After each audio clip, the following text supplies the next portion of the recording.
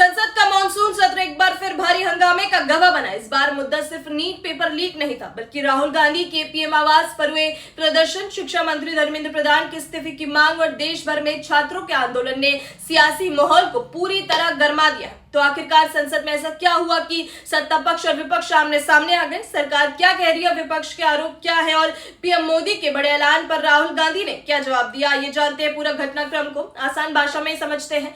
गुरुवार सुबह संसद भवन के मकर द्वार पर असामान्य स्थिति देखने को मिली। प्रधान इस्तीफा दो, छात्राओं का शोषण करना बंद करो, छात्राओं पे लाठी चलाना बंद करो।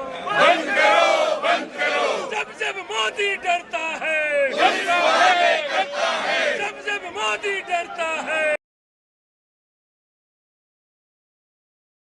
एक तरफ एनडीए के सांसद थे तो दूसरी तरफ Congress, Samajwadi party, RJD, TMC और अन्य विपक्षी दलों के सांसद। दोनों पक्ष अपने अपने मुद्दों को लेकर प्रदर्शन कर रहे थे और जोरदार नारेबाजी कर रहे थे। एनडीए सांसदों ने राहुल गांधी के प्रधानमंत्री आवास तक किए गए प्रदर्शन को मुद्दा बनाया, जबकि विपक्ष ने नीट पेपर लीक को लेकर सरकार को घेरा और शिक्षा मंत्री धर्मेंद्र प्रधान के इस्तीफे की मांग दोहराई। अब सवाल यह है कि नीट पेपर लीक को लेकर इतना बड़ा विवाद क्यों बन गया? नीट देश की सबसे महत्वपूर्ण मेडिकल प्रवेश परीक्षा है। हर साल लाखों छात्र डॉक्टर बनने का सपना लेकर यह परीक्षा देते हैं। विपक्ष का आरोप है कि पेपर लीक होने से परीक्षा की निष्पक्षता पर सवाल खड़े हुए और लाखों छात्रों का भविष्य प्रभावित हुआ है।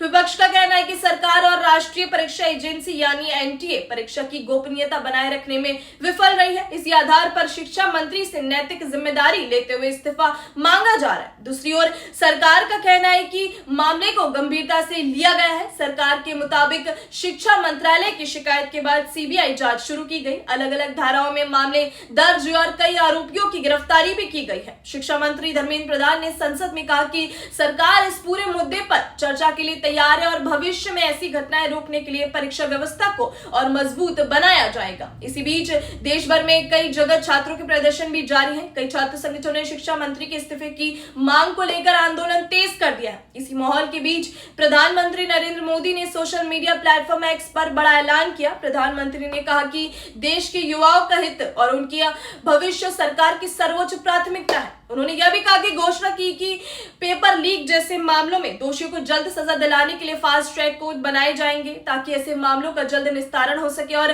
भविष्य में इस तरह की घटनाओं पर रोक लगाई जा सके। जी हां, हालांकि प्रधानमंत्री के इस ऐलान के बाद भी राजनीतिक विवाद थमा नहीं है। कांग्रेस नेता और लोकसभा में नेता विपक्ष राहुल गांधी ने सोशल मीडिया पर जवाब देते हुए आरोप लगाया कि सरकार ने शिक्षा व्यवस्था को कमजोर होने दिया और जिम्मेदार लोगों पर समय रहते कार्यवाही नहीं की गई। जी हाँ, राहुल गांधी ने कहा कि युवाओं के भविष्य को सबसे ज्यादा नुकसान मौजूदा व्यवस्था में हुआ है और जिम्मेदार लोगों को संरक्षण दिया गया।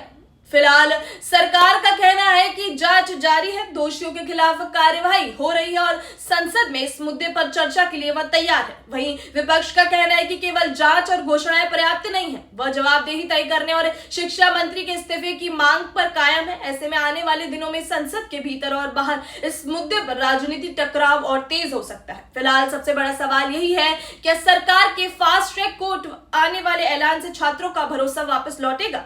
क्या संसद में इस मुद्दे पर सहमति बन पाएगी या फिर नीट पेपर लीक का विवाद आने वाले दिनों में और बड़ा राजनीतिक मुद्दा बनेगा? इस पूरे मामले में जांच और राजनीतिक घटनाक्रम जारी है। आधिकारिक फैसलों और जांच के निष्कर्षों का इंतजार करना भी उतना ही जरूरी है। आप इस पूरे मुद्दे पर क्या कहेंगे? कमेंट में जरूर लिखिएगा। वीडियो को लाइक और शेयर कीजिएगा। चैनल को सब्सक्राइब करना मत भूलिएगा।